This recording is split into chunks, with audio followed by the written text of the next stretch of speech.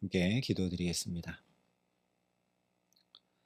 아버지 하나님, 오늘도 우리를 주의 존전에 불러주심을 감사합니다. 주 앞에 우리를 불러주시고 붙들어 주셨음에도 불구하고 우리가 주님을 똑바로 바라보고 주님의 임재를 깊이 경험하고 누리지 못할 때가 많음을 주 앞에 고백합니다. 나를 만나라, 이 자리에 우리를 깨워주시고 불러주셨으니 주님을 뵙고 주님의 그 얼굴 광채를 우리가 받아 오늘도 빛나고 밝히 보이는 복된 생명의 길을 걸어감에 부족함이 없도록 이 시간 우리에게 말씀하여 주시고 붙들어 주시고 함께하여 주시옵소서. 예수님 이름으로 기도합니다. 아멘. 오늘 우리에게 주시는 하나님 말씀은 여호수아 18장 1절부터 7절까지 말씀입니다. 여호수아 18장 1절부터 7절까지 말씀을 제가 봉독해 드리겠습니다. 하나님의 말씀입니다.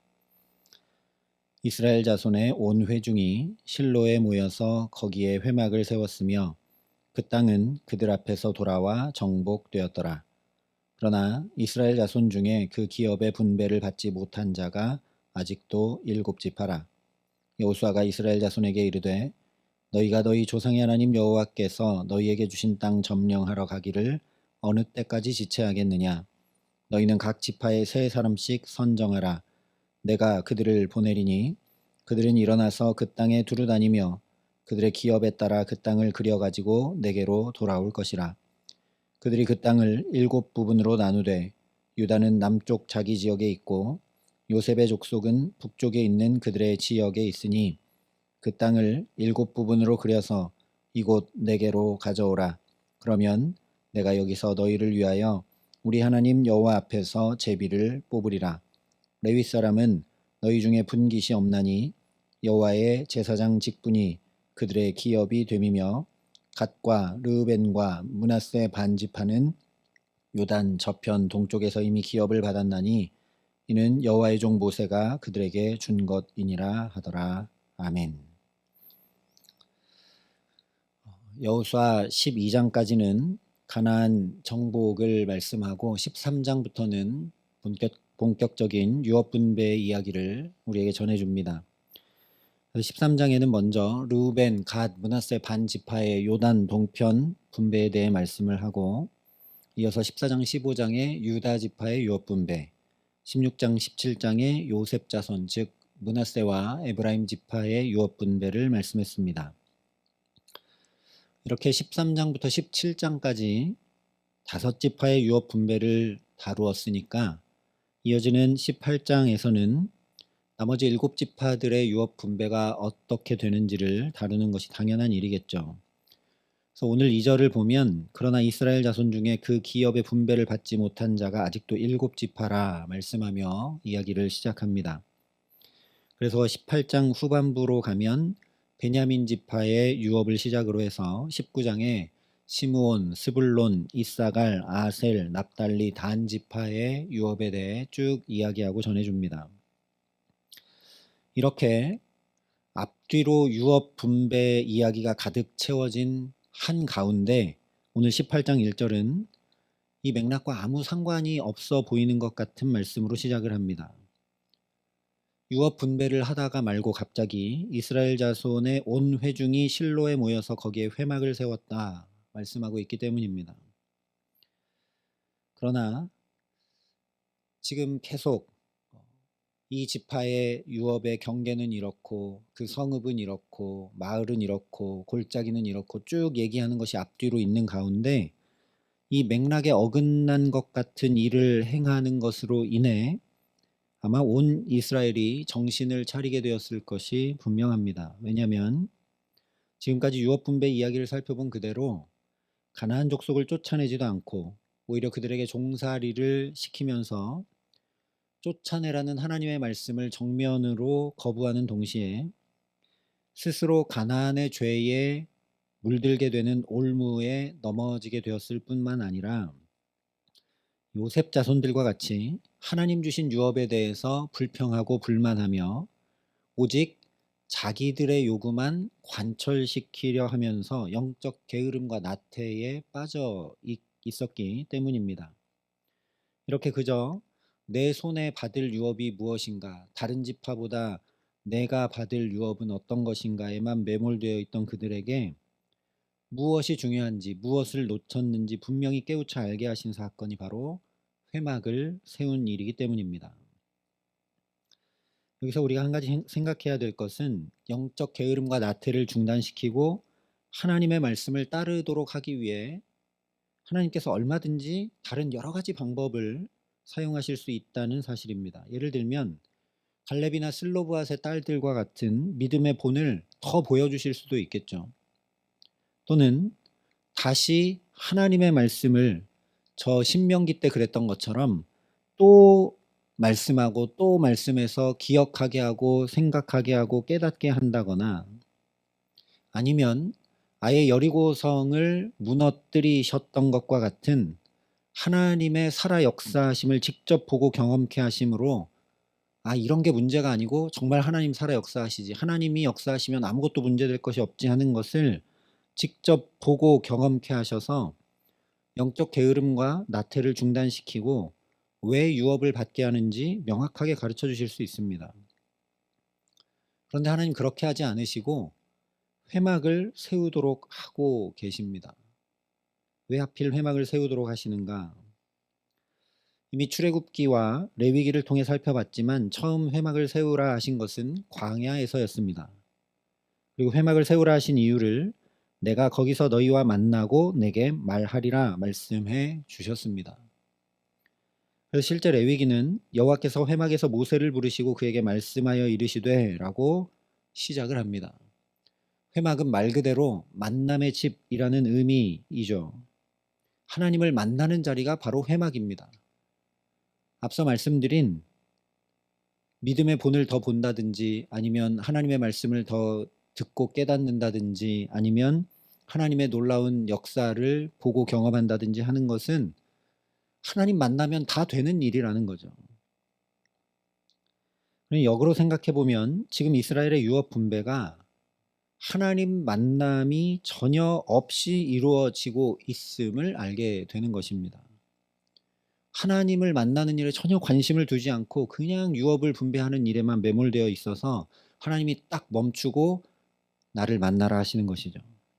이것이 바로 회막을 세우도록 하고 있는 이유입니다. 하나님과의 만남이 없이 인간적으로 생각하고 판단하고 유업을 받으려고 하고 있기 때문에 광야에서처럼 또 불평과 불만이 나오고 근심과 염려를 토로하며 하나님 없는 자의 모습으로 살아가는 것을 나타내고 있다라는 겁니다. 그러니 회막, 즉 만남의 자리에서 하나님과 관계를 회복하는 것이 급선무지 유업 분배가 문제가 아니라는 것이죠. 유업을 주시는 분은 하나님이신데 하나님을 만나지도 않고 하나님 없이 이 유업을 이렇게 나눠주시는 그 뜻을 알지도 못한 채 유익과 만족에만 급급하여 그 유업을 나눠봤자 아무 소용이 없기 때문입니다. 회막을 만들지 않으면 이스라엘처럼 만들어도 껍데기만 만들어두고 하나님 만나기를 사모하며 하나님과 교제하기를 힘쓰고 그 말씀을 청종하려 하지 않으면 겉으로 볼 때는 아무 문제 없이 잘 사는 것 같아도, 유업을 잔뜩 받는 것 같아도, 축복이 쏟아지고 필요가 채워지며 행복이 이루어져 가는 것 같아도 결국 다 흔들리고 무너지게 되는 헛된 인생을 살고 말기 때문에 회막을 짓게 하시는 것이죠. 이것을 바벨론, 페르시아, 포로 생활을 통해 뼈저리게 경험했던 이스라엘 민족이 그래서 후에는 포로에서 돌아오게 되었을 때 자신들이 거할 처소가 아니라 성전부터 짓는 걸 보게 됩니다. 지금도 가나안 정복 전쟁을 했기 때문에 모두가 다 폐허입니다. 폐허기 때문에 이걸 재건하려고 가나안 족속을 다 쫓아내지 않고 노역을 시키고 종으로 삼기도 했죠. 그러나 후에 바벨론 포로로 돌아왔을 때도 다 폐허였습니다. 그런데 기후도 환경도 다른 새 땅에 어떻게 정착할까? 여기서 어떻게 농사 짓고 살아갈까? 어떤 땅을 받아야 좀 더 쉽고 편할까 하면서 가나안 족속들을 쫓아내지 않고 종살이 시키면서 이용하거나 받은 땅에 대해 불평하고 불만하거나 자기들 판단에 더 좋은 땅을 요구했던 지금 이 여호수아 시대와 달리 포로에서 돌아왔을 때는 이런 것 전혀 생각하지 않고 우리가 어떻게 하면 하나님을 만나 참된 복을 받아 살아갈까? 어떻게 하면 성전부터 지을까? 어떻게 하면 우리의 예배부터 회복할까? 하면서 무너진 성전을 수축합니다. 우리도 마찬가지입니다. 부단히 우리의 회막을 세워 나가야 합니다.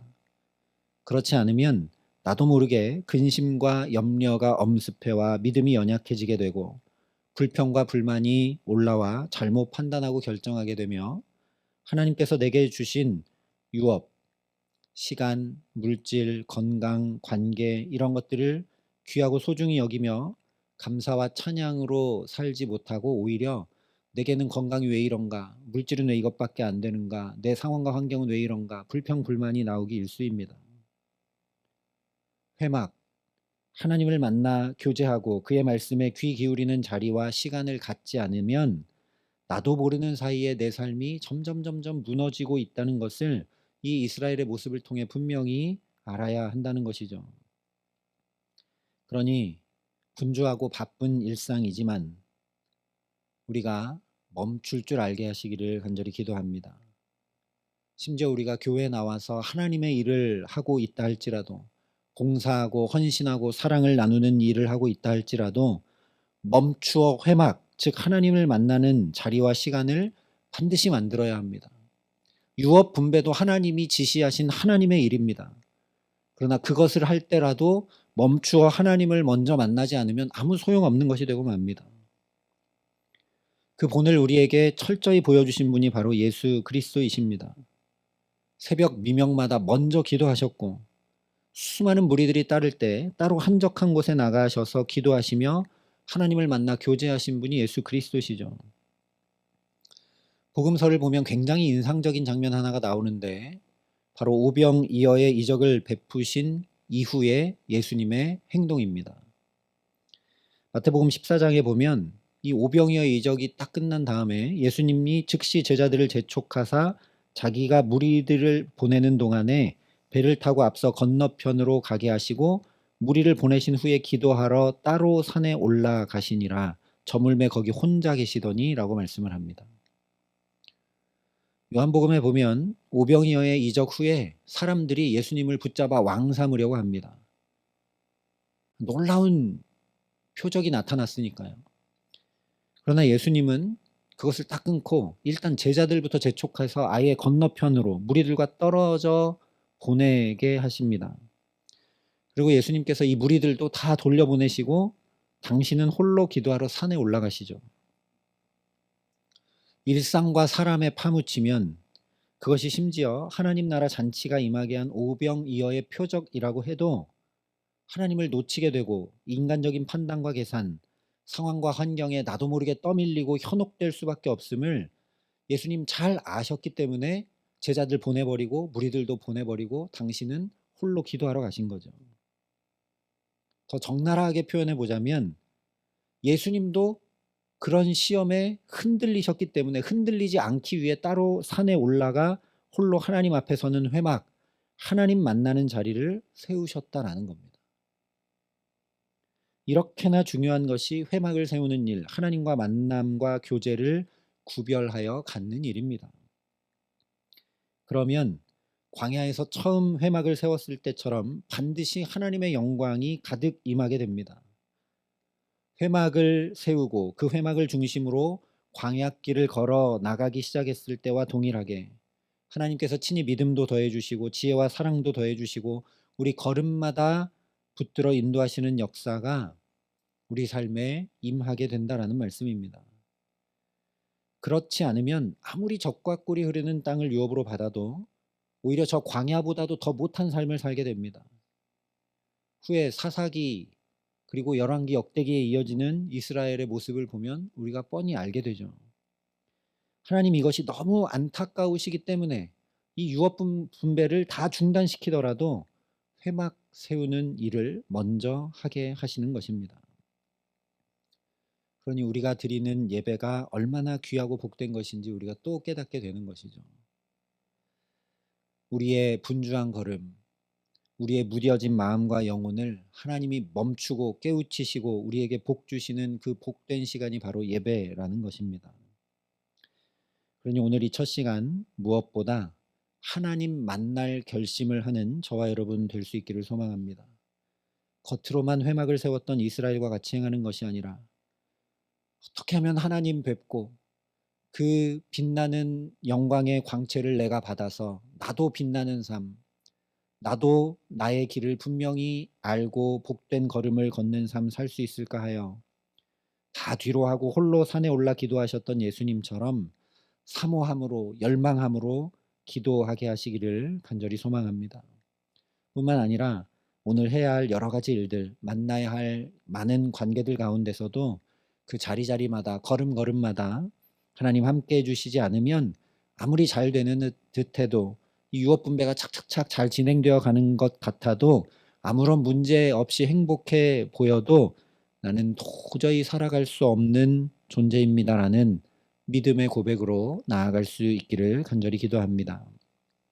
그래서 광야의 이스라엘에게 회막을 중심으로 회막을 세우고 움직여갔던 이스라엘에게 만나가 내리고 반석에서 물이 나듯 우리 필요를 채워주시는 역사, 정확하게 지도도 없는 광야에서 그 걸음걸음마다 정확하게 인도하여 주셨던 것처럼 우리 걸음걸음을 복되게 인도하여 주실 뿐 아니라 가나안 땅도 유업으로 주시는 역사처럼 주의 함께하심이 나타나고 경험되는 복된 삶 살게 하시기를 간절히 기도합니다.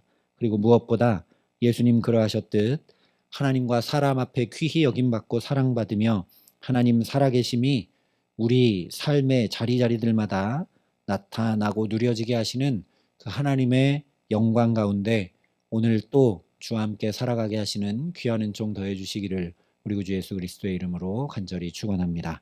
함께 기도하시겠습니다. 아버지 하나님, 우리가 이 자리에 올라올 때마다 참으로 회막을 세워 주님을 만나고 있는지 되돌아볼 수 있도록 깨우쳐 주시니 감사합니다. 우리 삶의 여러 가지 일들을 행하고 분주하게 움직이며 심지어 하나님의 일을 하고 헌신하고 봉사할 때라도 우리는 멈추어 회막을 세우고 주님을 만나는 일을 놓치지 않으려 힘쓰고 있는지 하나님 되돌아볼 수 있게 하여 주시옵소서. 예수님도 이런 것들을 떨치고 하나님 뵙기를 사모하고 열망하며 홀로 따로 기도하러 산에 올라가셨던 것처럼 우리가 멈추어 주님 앞에 서는 시간을 귀히 여길 줄 알고 만들 줄 알고 주님 아니면 살아갈 수 없다는 믿음의 고백 가지고 나아갈 수 있도록 하나님 우리에게 함께하여 주시옵소서. 그래서 오늘도 엎드려 은혜를 구합니다. 이 첫 시간부터 주 앞에 나오도록 주께서 붙들어 주셨으니 이 기도의 시간 주님 우리 각 사람을 깊이 만나주시고 주의 그 얼굴의 광채를 우리에게 환히 비추어 주셔서 오늘을 살아갈 수 있는 힘과 지혜와 능력과 사랑을 주님으로부터 공급받아 이 하루 주와 동행함으로 가장 복된 걸음걸음을 살아감에 부족함 없도록 이 기도의 시간 우리에게 성령으로 충만케 하시고 함께하여 주시옵소서. 이제는 우리 구주 예수 그리스도의 은혜와 하나님의 사랑과 성령의 교통 역사하심이 여기 머리 숙여 먼저 하나님께 붙들리고 하나님 만남으로 살아가기를 소원하고 결단하는 여기 모인 모든 주의 성도들과 사랑의 빛교회 모든 교우들과 이 나라의 민족과 이 귀한 복음을 오늘도 세계 만방에 전하시는 선교사님들 가운데 이제로부터 영원토록 함께 하시기를 간절히 축원하옵나이다. 아멘.